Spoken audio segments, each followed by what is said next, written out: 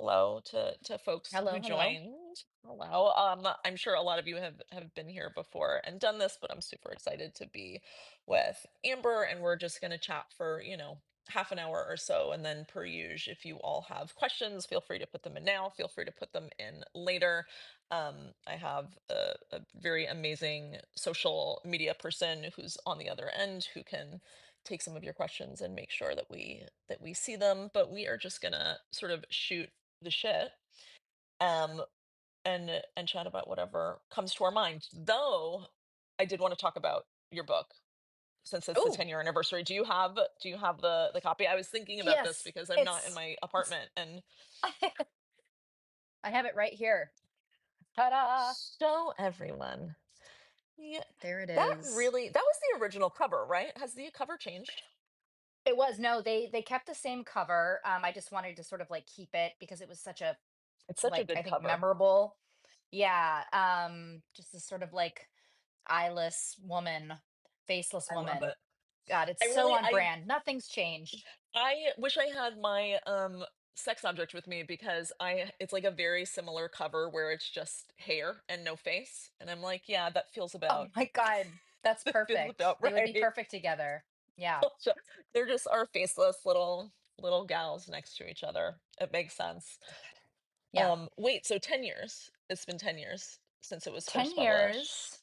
Yeah, and this is a book of poetry and art, original artwork by some really incredible people, including the late filmmaker David Lynch, Yeah. Adrian Tomine, who does a lot of the covers of The New Yorker, Marcel Zama, who's a brilliant artist, Travis Louis, a whole bunch of amazing people. But the poems in here are about sort of looking at the lives and deaths of child star actresses. A lot of actresses and women who sort of died, I would say, Mm, younger than 30, somewhere in that sort of category. Yeah.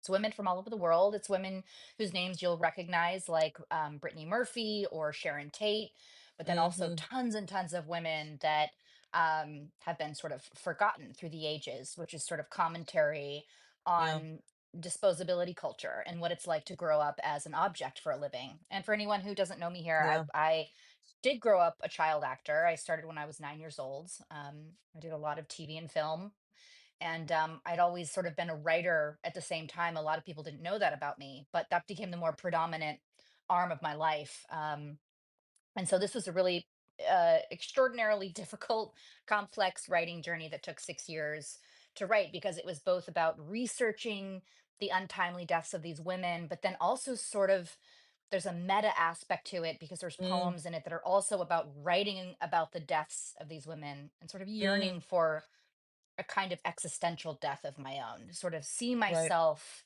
a part of myself, the part of me that had no autonomy, the part of me that sort of felt out of control with my life, or that I wasn't being my most sort of big, authentic self, Mhm. um, sort of needed to come to an end so that a greater Yeah. version of myself could come forward. Yeah. It's an incredible Yeah. book. Was there one story that that sparked that writing journey, or how did it all come together for you? It started with a poem for Brittany Murphy, who was the actress Mhm. who was in Clueless and 8 Mile. Brittany and I actually kind of Yeah. came up together in the same era. And so we auditioned for a lot of the same roles. And there was this Mm, very haunting memory I have of her auditioning for 8 Mile, which I also auditioned for. And we were in the room, the green room together. And there was yeah. sort of a moment where she came out of the audition room. And it's not uncommon. You know, you see Yeah. Emma Stone, you see, Sure. back in the day, you would sort of see everybody. And she came out of this room and she said to me, "Good luck," with this really like genuine smile on her face. And I said, "Thank you." And I went in. And it was the last time I ever saw her because she died a few years after Yeah. that. And I didn't see her. And I just was sort of struck by the story and sort of the how much you can feel like you know someone, but also how the Mm, like the glitz and the glam of mhm. Hollywood and of the entertainment business writ large, how it forces women to be commodified in such Mm, a complex, often horrible way, mhm. dictating how we should look, dictating how much we should weigh, dictating how we should speak when we shouldn't speak, you know, the levels of power with which we're allowed to, desire or try to work towards. Um, all of those things are just such a complex part of the industry. And so when I sort of gravitated towards her as a sort of symbol, and became wrote this poem for her that was originally Mhm. called About the Body. Mm. And I submitted it to then a small literary magazine called Pank. And the Mm. editor in chief there was Roxane Gay. And so Roxanne That's accepted the amazing. poem. Yeah. And a couple of the other poems. And she was like, "You should write a book about this." And I was like, "Should I?" And then that was Wow. sort of it. And the rest was history. And it became a literal, exorcism, like an Right. excavation of my entire lived experience, that I was both like projecting onto these women, Mhm. but also pulling from them and trying to humanize them and remind, like, even though it's such a privileged business and it's such a privileged Sure. industry, like, this is what you do so beautifully, is just sort of like the humanizing of people, like reminding everyone Yeah. the lives and the physical bodies that are on the other side of the way we see women. Right. And so that's sort of how the book came to be. And it would radically, when it was published 10 years ago, it radically changed my life. I think it was the Mm. moment that I went from like, oh, that's the actress that's written some poetry books, to like, oh, Interesting. that bitch can write. That was it. You and I That was imagine it. you must have heard from a lot of other actresses about the book who saw I did. themselves in it. I did. Like, that has to be such, like, an incredible feeling to have something resonate at that level when not a lot of things are written for that view, you know what I'm saying? Yeah, I think too, it's just it's such a, so much of what uh, happens with women in the business is that and so much of what people see is this sort of very glossy, polished outside version of themselves. You see it in interviews, you Mhm. see it on talk shows. That's just the way it is, because that's life and that's sort of what's expected of you, and Yeah. anything you can and will say can be taken out of context. And it's just, it's kind of a, people are very careful, women are very careful in the Mhm. way that they present themselves. And so Mm. I really wanted to go, I wanted to bypass this the fame of it all. I wanted it to kind Mm. of like go beyond the veil, the couture veil, if you will, and really sort of think about these women and their struggles and their addictions, or the myriad of very intense ways that they died, whether it was Peg Entwistle, who was the famous actress in the 1930s who threw herself off the Hollywood sign, or again somebody like Sharon Tate, or even Dana Plato, from Different Strokes, that TV show. Her Mm. story is Yeah. com- completely gutting, and her son, I think, died like a year to the day, or 2 years to the day after Wow. she did. It's tragic, but it's also just, I think the best thing I always think about of how to have these conversations and humanize women and the female experience across industries, across Mhm. experiences, across, you know, livelihoods, is to think about letting someone into something that they don't know about, Mm. the way in which you exist, the way in which you Yeah. are, expected to to live in the world and be perceived by Yeah. the outside world.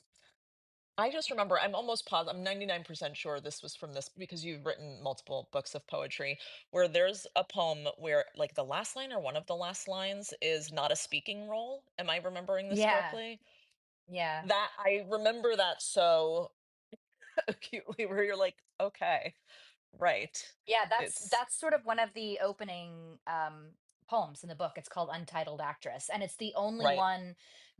right. Each title of the book, of the poem, is the name of the actress, which was purposefully, I wanted people to really think about who they remember and who they don't. So there's so many names in Yeah, here that you're like, I don't know who that is. And for all intents and purposes, that's somebody who was hugely famous in the moment in which yeah, they were around. And so the untitled actress sort of takes from all of them, and the idea behind it is it's almost read like a casting call, where it's like right. breaking down what the submission calls for in this particular Mhm, acting role. And throughout it, it's like, no woman is good enough, essentially, like nothing is good yeah, enough, and this is, and then it sort of ends and essentially saying like, This is a right? huge role, but it's not a speaking part. But Don't not enough talk. to No one wants don't to talk. hear your voice.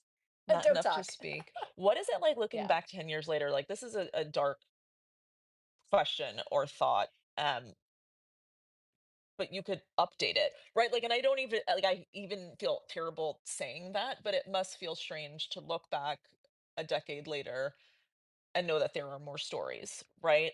That like, Yeah. Yeah. Well, it's interesting because one of the things that really prompted me to reach out to the publisher HarperCollins, mhm, who published the book 10 years ago, to say, like, hey, let's do a reprint for the 10-year anniversary, was I'd seen the actress Michelle Trachtenberg died. yeah, She was young. She was best known for her work on Buffy the Vampire Slayer. And mhm. actually, I'd done an episode of Buffy when I was very young and I worked with Oh, Michelle. So I wouldn't say I didn't know her. She was an yeah, acquaintance, but she was always very friendly and very sweet. And it just, every time a moment like that happens, even if I don't know that woman, like I mm, don't know Brittany, I yeah, don't know, I didn't know half of these women, if any of them. Maybe Brittany Murphy was as close to them as I could get. yeah, Um, there's also like a poem that's in the book that's for Lindsay Lohan that just says Lindsay Lohan, but there's no poem. So it's just her mm, name. And I remember when the book came out, that was like fucking scandalous. And right, people had a lot of different feelings about the poem. They felt yeah, like, what are you trying to say, that she's gonna die? Or what are you trying, yeah, what is this? They thought it was funny, which I thought was very mm, strange. But really, that was sort of the experiment, right? Of like, you're yes, telling stories about the way people project their belief systems, their yeah, thoughts, their feelings onto women, hundreds of different opinions and yeah, theories and thoughts. And this is a great example of it. So everyone is going yeah, to think differently. So it was both about that, and it was also about saying, Lindsay's story hasn't been written yet. yeah, And it's still empty because the poem hasn't mm, been written for her yet, which I think is, a kind of powerful reminder to us that that we should do everything in our power to try to be able to tell our own stories of our lives. yeah, So I mean, yeah, 10 years later, it's I still feel it. Yeah. Anytime something like that happens, I think about the poems, and I think mm. about how the work is sort of never done. Yeah, I love that. I'll make sure for anyone who hasn't bought this book yet or read it, I'll make sure to put a link in when I send this video out to everyone, and you should get it if you haven't already. Are you working on anything new right now? Or are you writing anything new? I am. Well, I'm running our newsletter at Listening in the Dark, which has been really wonderful. And Hmm. we're sort of in the same world of Hmm. feminism and trying to put into words everything that everyone is feeling in this moment, especially in the US. Hmm. Trying to have some modicum of catharsis in such a horrifically cruel time. So I'm working on that. I am working on a new novel. I wrote a Nice. novel in 2000, I don't even know, 18, 19. So I've been Yeah. trying to work on a new one and get it off the ground, and just a couple other things. Just, the Just a writing, writing, few, writing that never ends. just a newsletter, just a novel, just this and that. I'm also announcing my candidacy to run for president of the United States today on Perfect. I'll Substack. take it. I'll vote for It's you great. right now, today. Perfect. Let's go. That would You and be me, amazing. Jessica. Oh my God. Anything, anything. What did I want? Oh, let's talk about that piece that you wrote about Oh women's yeah. time and quiet violence. Can you talk a little bit about that? Is this like Yes. from a year ago, 2 years ago? I feel like it was from about a year ago. So our Yeah, newsletter's been running now for we're going into our third year, and this is a newsletter that still gets shared, or this is an essay that gets shared all the yeah, time. And I didn't, and, it's one. This is often what happens, right? You're just fucking pissed, and you write yeah. something, and then And put it that's out there, and you're always the like, well, best piece. that's Yeah. yeah, and you're like, that's the thing. Like in the moment of that raw rage, that you were able Hmm. to give voice to something that needed it in that moment. Yeah. Much like Dark Sparkler was the same experience. But so Yeah. the essay, you can find it on our newsletter, is called "The Quiet Violence of Stealing Women's Time." And I'll tell you, I wrote it because it was right around the time when Harvey Weinstein's verdict was overturned. So I think that was last year. was Yeah. overturned on a technicality. And my favorite detail from that is that the technicality was that uh, too many women had been allowed to tell their stories as evidence, who are not the actual victims That's in the right. case. That's one of the reasons, one of the main reasons. So it wasn't just the women who had been accusing him of sexual assault who were actually, Right. defendants in the trial. It was the other women whose stories were allowed in as evidence, and that was sort of one of the technicalities. And I in the piece, I started off by saying I laughed, like, you can't Yeah. make this shit up. No. It's the metaphor is so striking. And um so the piece sort of starts from there, but it really goes Mm. into looking at, how much time is spent for any of us, um having to defend ourselves, having Yeah. but also, like, being put down into a hole so deep that you can't even climb out of it to celebrate any of the wins, right? I mention you in the piece. I Yeah. talk about how, um, I think this your newsletter was formerly called "It's All in Your Head," right? Yeah. Yeah. Okay, It was so all in I her head. Yeah. subscribe to that, having known you for a long time, having been a Mm. friend. And I remember when you're like, "Well, now here we fucking go. Now it's got to be Yeah. abortion every day," and you can't Yeah. write about anything else. This is That's what it. you do, and thank Yeah. thank God you do. But this is Yeah. it. And so, I just think about how much of our, like, that we don't talk enough about that is, the cruelty is the point, and also the exhaustion is the point. That's really Yes. is about making us all, and this can be, this Yeah. applies to men too, who are allies and advocates in this Mhm. work. Like, I think that part of it is to sort of, oppress our feelings and our sense of reality in the world, and our Yeah. sense of what's right, and our moral compass about, our bodies, and about our relationship to our bodies, and the knowledge that our bodies Yeah. carry about what we know. It's really like a purposeful disorientation. It's like Yes. disorientation war. Yeah. And so the piece looks a lot about that. And I just been thinking about you so much, and the fact that you had Mm. to pivot your entire life and just take, now Yeah. you have to go through one road, one lane of feminism. Again, very grateful that you did this, but Yeah. it's hard. No. It really is. It's hard. And I was thinking about this in terms of not just how we do this with sort of like external projects, but the internal work every day, the Hmm. internal exhaustion of surviving in a sexist world, or being like Yeah. hyper aware and attentive of men's moods to keep yourself safe.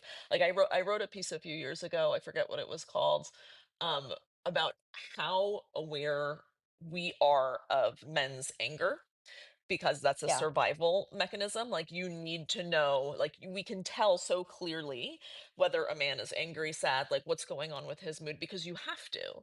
And how much Hmm. space that takes up in your head, and what else could I be thinking about if not that? Like, just that privilege of free headspace, right? Like, what Hmm. would I be thinking about if I wasn't thinking about my safety? Or what would I be thinking about if I Yeah. wasn't thinking about the work I have to do at home, or childcare, or anything else, right? There's Yeah. just it's that exhaustion. And I think that exhaustion is so much about what they're doing now with abortion, right? Is just trying to completely tire us out, making us feel so overwhelmed and so disheartened. Like, when you have a story like Adriana Smith's, and I know this is something that has really, I've heard from so many people. Like, I am always hearing from people, and Yeah. all of these stories touch people, but this one in particular has like really set people off.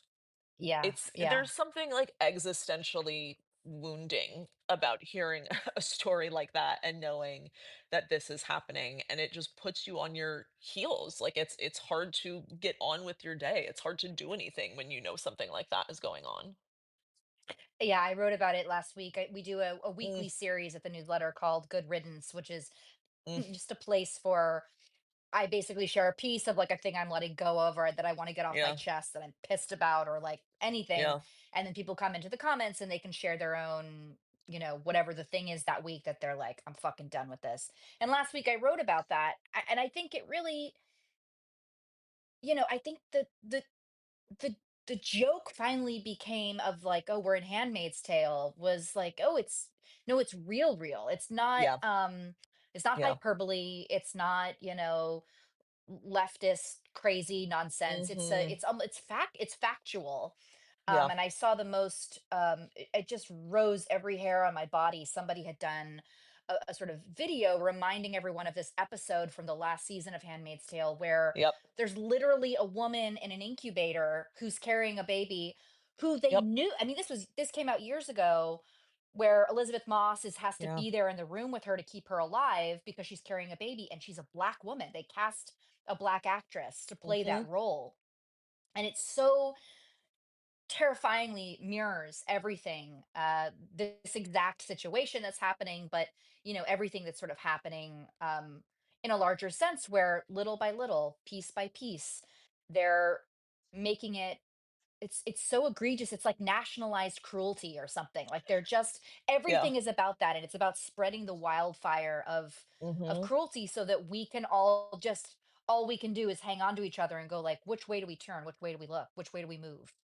Right, because you don't know what's coming next and you don't know what terrible story, like, I'm writing something, I don't know that I'll end up publishing this tonight, it might go out tomorrow. But, like, a couple of days ago, I wrote about a woman in Texas who was in jail for 5 months for a miscarriage. Like I saw like that, yeah. Literally, and it just made me so bananas because there were all these local media stories about, oh, this woman was released after, being arrested for this thing because they figured out it was a miscarriage. And it's like, you're not saying, like, why aren't you saying she was in jail for 5 months? Just this, and they still had It's her mugshot up there. They still had, yeah, and then today, a reader sent me a story that police were investigating a miscarriage in Ohio where they sent her miscarriage for a fucking autopsy. And you just start to feel so gaslit because and I know that's such an overused word, but it's being treated as if this is, oh, here's like our local story about this, like as if it's normal, or the fact that these stories aren't everywhere, that we're not seeing them in the Times and the Washington Post, like that, I think. it's so concerning. It's so concerning, It's you so know. concerning. Like, it really, when the woman in Georgia was arrested for her miscarriage, and it started to make the media rounds, and when it got no coverage, that's when I really got worried. I was like, okay, this is something that happens to, 1 in 5 American women, and they're not writing about it. They only wrote about it once the charges were dropped, but Mhm. it's Yeah, it's, just. I think for anyone too who has had a miscarriage, Yes. I've had, like, this is what is so fascinating, right? Is I think the power of what, people who can carry a child, what the Mm, body wields, mm, is something that is, I think, to my mind, holy. It is like the mm, greatest representation of a kind of all-encompassing power. It's can't be defined. And mm, certainly, cisgendered men who have no idea what any of that is about, will never understand what it feels like. Speaking personally for myself, I've yeah, had an abortion, I've had a miscarriage, and I have a beautiful 8-year-old daughter. And I can see and understand and know how complex and complicated all three are, yeah, and how there is exactly. no one, definable way to say what should or shouldn't be life, or is expected to be life, or will actually become life, or all of the rules are don't apply to every single human Yeah. being, and every person's decision and experience is so uniquely different, Yeah. and so personal. I wonder, I have this question for you, which is like, Yeah. what's the fucking end game for these people? But what, this whole thing of like, Yeah. we want more women to have babies. We're Yeah. gonna give you a couple $1,000s. Like, we really want, we Yeah. what what Yeah. is it, Jessica? Like, honestly, like, if they really want people to have babies, they do nothing. They do nothing for parents, Right. for women, Well, let this is alone this is fathers, the paid difference. family Yeah. leave. you Yeah. know, healthcare. Yeah. They'll be like, fuck it, this woman's in the hospital. Let me just experiment on, on her Yeah. while she's having a Yeah. baby, like to Yeah. teach a young, intern, like a nurse. Like I just I don't understand what the end game is. I really, and I want to Yeah. understand, because I know Yeah. that I do believe that a lot of them, like even the Amy Comey Barrett's, like they really Mhm. believe in the Christian messaging. They believe in what their faith teaches them. Yeah. How, tell me. It's I I don't mean, I fucking think know. it's no, I know. Sometimes I feel like I don't know, sometimes I feel like I really do know. I think the difference with all of these like White House pushes for oh, we want to convince, women to have more children, women. The difference is they don't care about women parenting or people parenting, right? That's why there's no social support, there's no child care. Yeah. Once you have that kid, they don't give a shit. They want you to give birth, right? They don't want more people to become parents. They want people to give birth. They want those children. And I think a Right. lot of that honestly is like this capitalistic desire for more of a workforce to go work in Elon Right. Musk's fucking Tesla factories, right? Right. Like I do Right. think Right. it comes down to that. But I also think honestly, like so much of it is about eradicating women from the public sphere. And what Hmm. better way to do that? What better way to force us back into the home than to make sure we're forever pregnant? And that's why, Hmm. when people when I do college talks, they're like, "Well, I don't understand why they're anti-birth control if they want to reduce abortions." I'm like, "You have to understand this is not about reducing abortions, right? Abortion really Yeah. doesn't have anything to do with it. It's about increasing birth, pushing women out of the public sphere, and that's why they're anti-birth control because birth control keeps them away from that Endgame and about, honestly, more white Christian soldiers, and I hate to even like put it that Yeah. way. Sometimes I feel like that Always Sunny meme with like Charlie Day in the back being like this, but like this is what I feel like most days. I'm like, Yeah. no, Yeah. Yeah. Yeah. this is the thing. Because when you look at, the birth control stuff, when you look at the fact that they're bringing back maternity homes, like straight up 1950s Crazy. maternity homes, where they're trying to, you know, per- persuade young vulnerable people with very little options to give their babies up for adoption to like good Christian families. Like that really is what's happening. And again, it makes me feel Yeah. like totally like a conspiracy theorist. But the longer that I do this work and the more that I see the connections between the anti-abortion movement and the Christian evangelical adoption industry, it just becomes much much clearer, and it's scary, but that's what's going on. Wow. Yeah. It struck me. I remember when I had an abortion many years ago, Mm, I used mifepristone. And I remember taking, you have to take two pills. And I remember taking the first pill, and then I knew that the second pill was going to be more intense. And I mhm, had an event that I had to go to, a big thing that I was moderating. mm, It had been a very emotional week. I couldn't cancel this thing. I also wanted to go because it was important to me. yeah, And I remember I had like hair and makeup that came over, and I had this suit, and I was all sort of dolled up. And I went and I did the panel, and it was all fine. yeah, It clearly in the back of my head because it was a big deal. And I remember getting off the stage and going like, having this aha moment of like, this is their worst nightmare. yes, Their worst nightmare is that 100%, someone could do this for themselves and still yes, go out and uh-huh, function and look beautiful and exist and yep, be themselves exactly who they are, and they would never know. yeah, So, like, it's a reminder that that is so scary to them, that they have that there's a yeah, chance that they could have no control, no say no say in and no what you are control. doing with your body. And I Mhm, just, it was like the moment that I went, like, this is it. This is what, yeah, we've all fought, and generations of people have fought so hard for, this kind of yeah, freedom, real American freedom. yeah, Like when we talk yep, about real freedom, it's this is the bodily autonomy freedom. This is what we yep, fight for.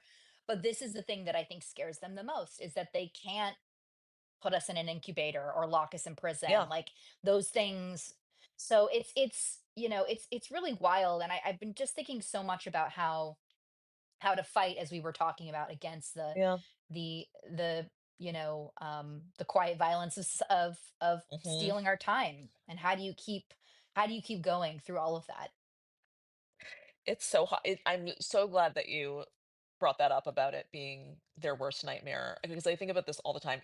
That is the truest thing ever. Like one of the biggest, and it's not just that we can do it in private, that they won't know, that they don't have that control, but that they can't humiliate us and shame us, right? Like one of the biggest reasons Yeah, they hate abortion pills is because it robs them of that ability to scream at us outside of clinics. Like, they that's want right. us to be, like, That's going right. into a particular place so they can yell at us and call us sluts and call us Yeah. whores, and if we can have an abortion in our living room, in our bedroom, and they don't know about it and they can't yell at us, well, then who are they then, right? Like, that just Yeah. blows their mind. They can't Let stand it, alone have an abortion and not tell our husbands. I mean, and like, not even that, it's exactly. like the ultimate American, or the ultimate act of like American freedom in my mind, is Yes. being able to do Yes. that as a woman. Yes. That's why all of these, some of like the top Texas anti-abortion lawyers, like the big thing that they're doing right now, because they're trying to find people to bring cases against doctors and to bring all of these civil suits, is they're looking for aggrieved men. They're looking for aggrieved ex-husbands who are pissed off that their ex-wives had an abortion without their permission, right? Like they are trying to, and Right. they're being public about looking for those kinds of plaintiffs, because they want to like insert that into the culture. Like, how dare they? How dare this woman Yeah. went and got care without her husband's permission? It is such a big deal to them, and like I feel like they're starting to say it out loud more. Do you know what I mean? I feel like they are Yeah. starting to Yeah. be a lot more explicit. Like the fact that they are proposing all of these bills that would punish abortion patients and send them to jail. Yes. Like they're not I even hiding it. They don't even know what It's an abortion is. I mean, they're really, like, honestly, they don't even know what it is. They're if you said to them, yes. "What does it mean? What does incompatible with life mean?" Yeah. Do you know what that means? Yeah. They don't know what any of that means. They don't have any clue about the details of any of it. Yeah. And they've done a great job at sort of weaponizing this visual propaganda of like a Yeah. full, as Trump would say, at 9 months old, a full baby with like a baba and a pacifier being ripped out of a womb. Sorry, but like that's what No, they it's want you fine. to It's really see. funny. Yeah. That's what they want you to see, and that's what they're putting in their heads. I remember you Yeah. posted, I think it was on Instagram. It was like the Mm. first time someone had said, like, this is what a fertilized egg looks like at 9 weeks. A Yeah, yeah, human, yeah. Yeah. cells. This is what it looks like. And it's like a clump of, like, the tiniest. How big is it? It's like microscopic. It's Very very, very small. small. It's images, yeah, it was from the Maya network, which is, like a group of abortion providers. And so I posted something, a picture of a 9-week pregnancy a few days ago, as it Yeah. related to the Adriana Smith story. And I still got so many angry messages from you're lying. You What did they photoshopped the say? Oh, they think embryo you're out. lying. Wow. That's a Wow. lie, it's misinformation.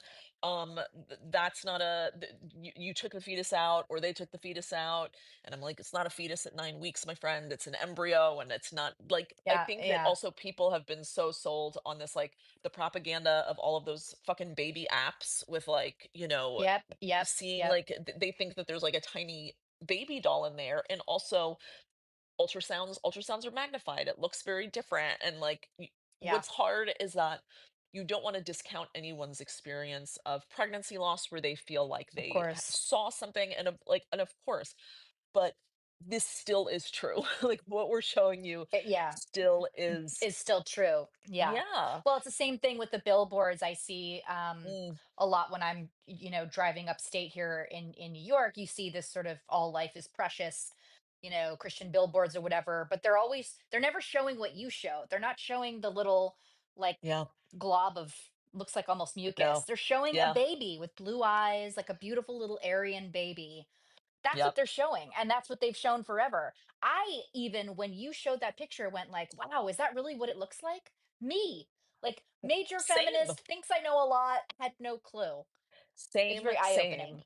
It is eye-opening. That's why they've been so desperate. Even when those pictures came out, even Alliance Defending Freedom, which is like the conservative legal group that brought down Roe and who's behind all of these abortion cases, they Yeah. put out like a whole like release article about how it was doctored. Like it really terrified them. And I think that like they depend so much on people's ignorance around pregnancy. They know that, and studies have shown this, the more someone knows about pregnancy, the more likely they are to be pro choice, right? And Yeah, they that's right. are afraid of that. That is why they're trying to, indoctrinate kids and put all of these like anti-abortion things, classes in school. And you said something earlier about like, them not knowing anything about miscarriage or knowing what it looks like, and I think about this a lot. Like, it is for a lot of these men, like the prosecutors, the law enforcement, it's the ick factor.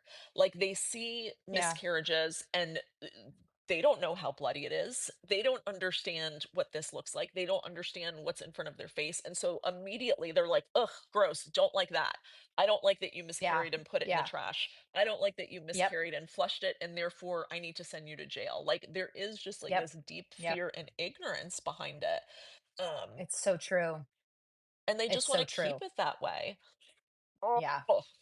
it's so infuriating. But I do remember the piece that you wrote about your abortion, miscarriage, and birth. And I remember feeling Yeah. like, thank you for writing it in that way because they are so desperate to separate us into like women who have abortions, women who That's have right. children.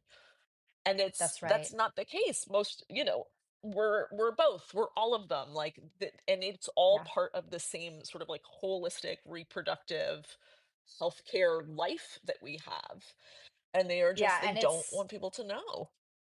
and it is like, I mean, not to use the derogatory term used against us, snowflake, but each one is really like a snowflake. I mean, it's like Yeah. wholly unique. Every Yeah. person's experience, every person's loss, every person's relief, Yeah. every person's, sadness or overwhelming joy even from an experience. Like Yeah. it's so personal, and it just can't be lumped into those two categories. And Yeah. I think you're right. It starts with the base ignorance about women's bodies in general, which, we could go on and have a whole other Yeah. substack conversation about that, and about like the lack of women in research and healthcare and in high Yeah. positions in hospitals. There's a reason why we know so little Yeah. about endometriosis and issues pertaining to the reproductive system. There is a reason that we know so much more about, boner pills and so on and so forth. It's really But true. it's interesting because I'm trying now that we're 5 months Yeah. into this second term. I really am trying to think about and like come to terms with myself about how to like fight through without just taking myself out and feeling so exhausted, but to fight through these moments of feeling like my time is being stolen, because Yeah. you and I, we went to Cecile Richards Memorial with a Hmm. lot of our friends, a lot of colleagues, a lot of people we know. And you and I ended up huddling together in a group of people, and we just sat and talked about how horrible everything was. Instead of sort of being there and, Yeah. you know, having a moment where we could talk just Yeah. about Cecile and all the incredible work she did, and or plot and plan and think about something new that we wanted to work on together. It just was like this moment of everyone saying like, "Are you exhausted? Because I'm exhausted. This is Yeah. crazy. Where do we go from here? Who knows what's going to happen next?" And so I'm trying to think of like real active ways to sort of fight through that when those I moments come. And yeah. yeah, I love that you're thinking about that. I think that that's really important because you're right. They're like robbing us of that community, that community time and joy and again like forward thinking and brain space. But I think just being aware of it, right? That you could pinpoint yeah, that moment, I think is really important. I'm going to yeah, let people start to, if folks have questions, you can start to put them in comments. But before I'll let folks like get those in there. But I wanted to make sure to talk about another piece you wrote. I don't know how many years ago it was. Maybe it was like 7 or 8 years ago, but it was for the Times, and it was about men's redemption. Do you remember what I'm talking about? Yeah. I I've been thinking about this a lot also in terms of abortion rights and, like, let's say we get to the other side of this or some other side of this and, like, how angry I am and how pissed off I am, and just, this piece that you wrote was about Me Too and sexual harassment and sexual assault, but I think it stands with all things where we're constantly being asked to forgive men's bad behavior and like what do I have to do and like why can't why can't you just forgive us when there's never really an apology, right? Like I was racking my brain trying to think of sort of like in the Me Too era, was there someone who came out and like really made amends? I don't remember. Like, was there a person who like really owned up to what happened, donated time and Yeah. money, like really was on top of things? And it's like I don't know how to move forward with that. But in any case, I just wanted to bring it up and see if you still think about it Yeah, or what you think. I do think about that. It's the first there was a first piece. It was right around, in the it was came out a couple months before the Jodie Cantor and Megan Twohey Hmm. piece on Harvey Weinstein was published, and it was so it was like 2 months before that. I really felt like it was in the zeitgeist in that moment. Every Yeah. woman was feeling the same way, and so I had published a piece for the Times called "I'm Done with Not Being Believed," and that was the first one Yeah. that was just sort of like, you know what, I'm done with this, and let me just tell you all the ways in which I know my truth and I know a truth. This was about a particular situation that had happened. And Mm, then following after that was this piece about, I think it was like, I'm not ready for the redemption of men. And it was very much yeah. about, Woody Allen had been talking about there were witch hunts. People were panicking about getting canceled. Meanwhile, also though, like I'm curious who really got canceled. I think No one. lots of men had timeouts, but I don't think other than maybe Harvey Weinstein. I mean, somebody Right. somebody name me the man that got genuinely canceled. That is still to this day like a pariah somewhere. I mean, I'll No. wait. I know them all. I know every They single just one. built career like, I They literally just know all built of them. bigger careers. Yeah. Right. They just built bigger, like, grievance careers. Like, there's a whole Yeah. grievance industry, and honestly, that's what I think Yeah. someone wrote Someone Kevin said Kevin Spacey getting an Spacey getting an award. award. Andrew Yeah, Andrew Cuomo. Cuomo. Perfect. Like, Yeah. come on. I feel like that is what we are living through right now. This, like, whole Yeah. administration is like a grievance administration. But and Well, but see how dangerous our power is, right? Like let this be a reference for all of you to sort of take mm, in and feel the power of collective action. And yeah. in the end of that Times piece, I said, the more we are acquired, the more the tune is forced to change. That's the end Mm, line of it. And I meant that because I think that that is so scary to think about for them. And the idea that any of us could come together mm, and speak our truth or our mind about something in a very big way is super scary. So what we're experiencing right now is most definitely a backlash to some of that, like yeah. without question.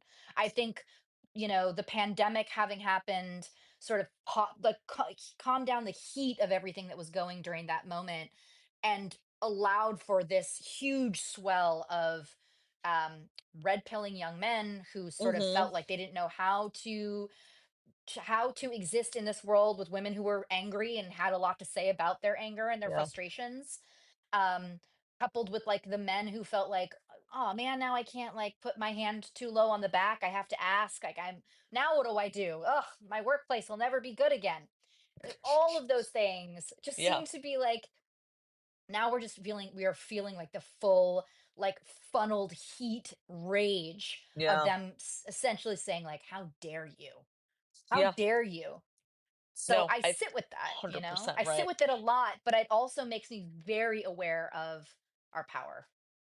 I think that's such a good point. It's such a like, really, the power that we have, and it makes me think about what's happening now with so many of these anti-abortion policies that are specifically targeted at keeping us from talking to each other, keeping us from helping each other, right? Because they know about that power. Like all of these bills that are aimed at aiding and abetting and trying to go after abortion funds and trying to go after, like an aunt who takes her niece out of state for an abortion or who sends her a Yeah. URL to an abortion clinic. Yep. Like it really is about being afraid of our capacity for community and capacity for supporting each other. Um, Yeah. someone said, I just have so much anger. Sometimes I feel crazy, but it really is that. I am angry all the time, all the time. People, Well, is there like when people ask me, like, oh, is like, it how do you stay hopeful? I'm like, I don't always. I'm just angry. Like, that's enough. I used to call it angrenized during the Me Too sort of moment, 2017's Me Too movement, where sort of like a combination between being angry and organized. And that's really what I like propelled it. that moment, at that time was like, and it's coming again because there's Yeah. no amount of getting us to unknow what we know about ourselves. There's no amount Yes. of whatever they do that's going to force people back into the closets, back Hmm. into rooms with wire hangers, whatever it may Yeah. be. Like, we're going to fight because we have to. We don't have Yeah. the luxury not to. And so we're going to be Yeah. here and we're going to use that rage and that anger, and Yeah. the pendulum will swing again once they start to see what they've done. And I Yeah. feel strongly about that people will feel angrenized again, and they'll feel their energy to fight in new and different ways. Yeah. I love Anger Nice so much. Laura has a question. She says, "What about the women helping those angry men? What is up with that?" Um, Hmm. why don't you, if you have any thoughts about that? I always have thoughts about Well, I think certain women. unfortunately some of the biggest misogynists are women, and I have a very good friend of mine who's an amazing poet, and she always describes herself as a recovering misogynist. And I think that that's such a great term. And she's like, for years, I just hated other women. I hated their success. I really aligned myself with patriarchal values.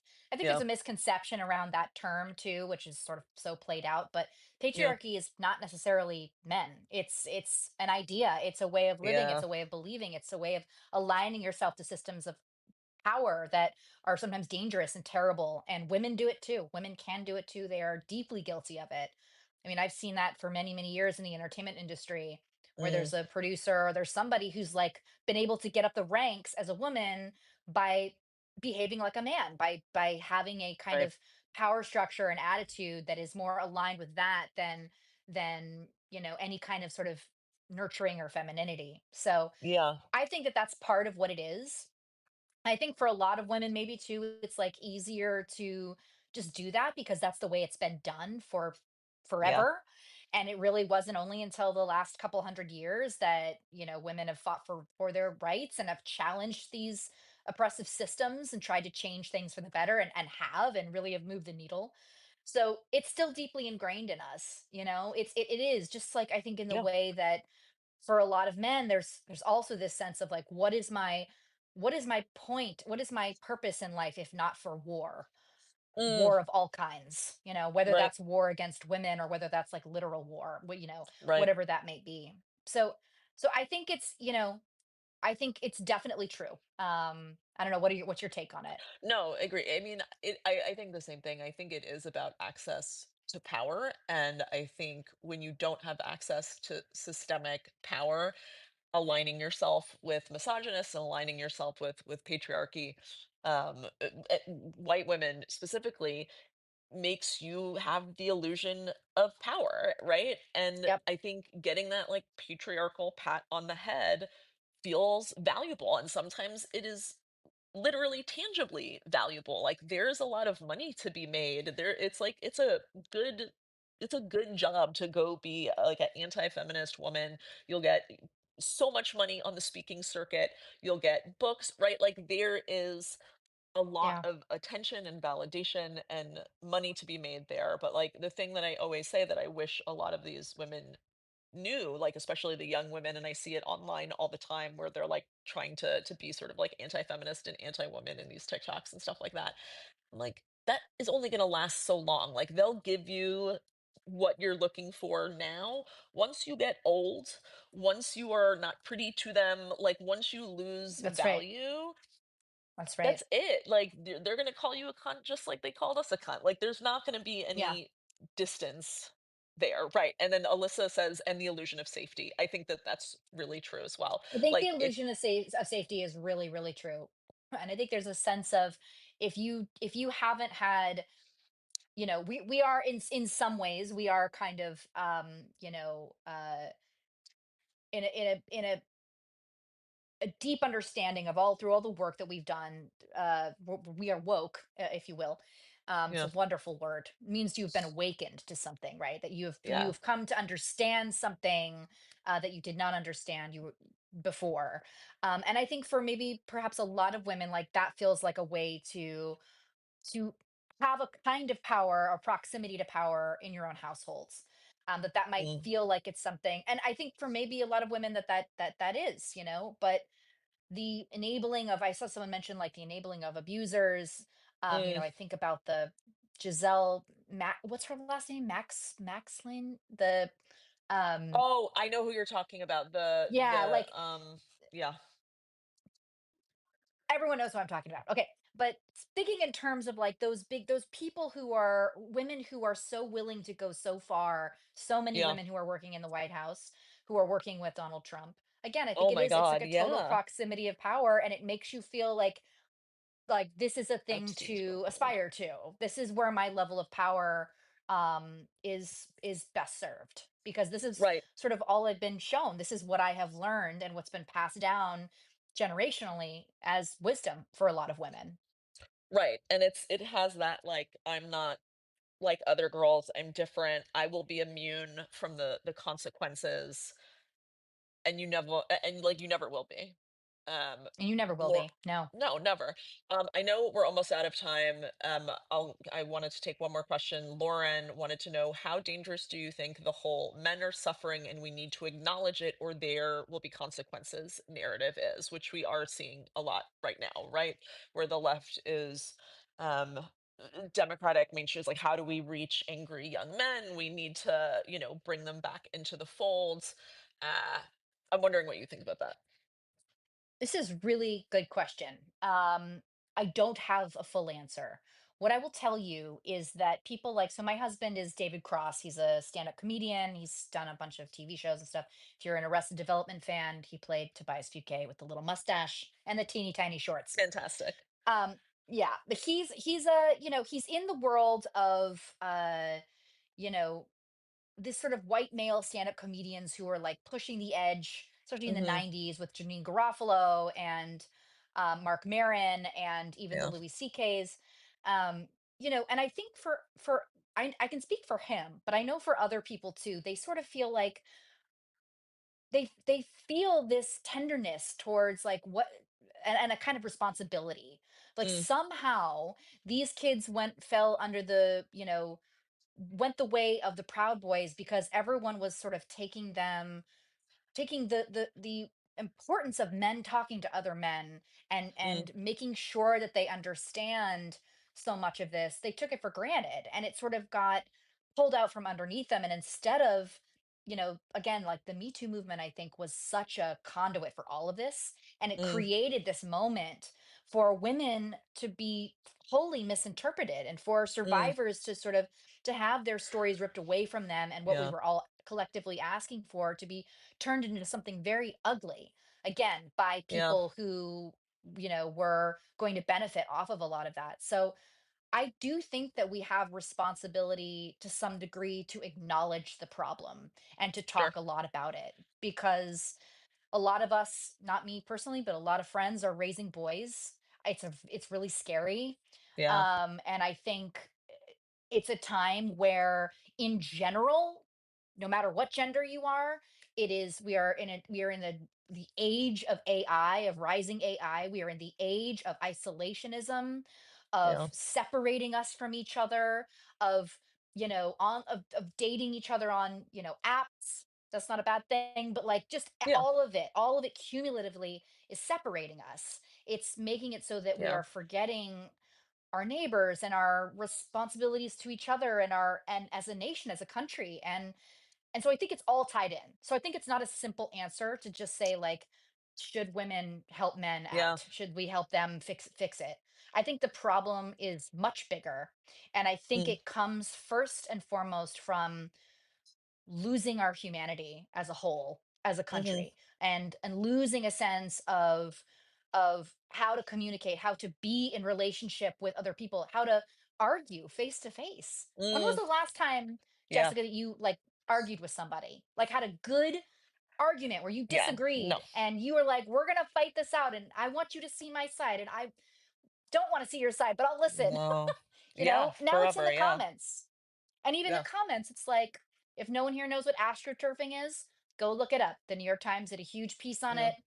You can now just pay people to go up into the comments and spread any, if I wanted to like ruin someone's life, Yep. I could pay money and have them go in the comments and just go after someone. So we're not even in a world where like arguing with someone in the comments matters. Like that Right. isn't even realistic. That's not a real world thing.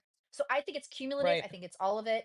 I think the more we can Mm, have be in spaces like this in communities, whether it's at newsletters or whether it's in real life, go to book signings, go to events, go to town halls, meet up with people, think, what do I uniquely have to offer? It may not be mm, what my favorite activist or celebrity or writer has, whatever it is, but like, what is the thing that you uniquely yeah. have? And then meet up with other people who are interested in that, because I think that's the way forward. And that's going to have to Yeah. include everybody: men, I love women, non that. binary people, everybody. Hi, That honey. How's it is going? perfect. Oh, I think we're gonna get a cameo. Keep You're getting a giant dog and a child. Here, come sit on my lap. that is a perfect way. Hello. Sorry. Hi. Oh, wait, can I say my school project? Honey, I'm finishing this. Can I? We're gonna I know. we're gonna we're gonna let her go. Don't worry. I think that was a Hang on, we're perfect wrapping up right now, space okay? to What'd she end. say?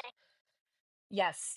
Thank you, Jessica. This was such a Oh my wonderful gosh, let's do it. conversation. Let's do it I again know we soon. should Thank do it you so again. much. It was great. It was Yes. And terrific. thank you And everyone for being here. yeah, thanks for coming. I will send links around when I send the video out, and we'll do this again soon. Great. Have a Love you, good Jess. night. Thank you. Bye.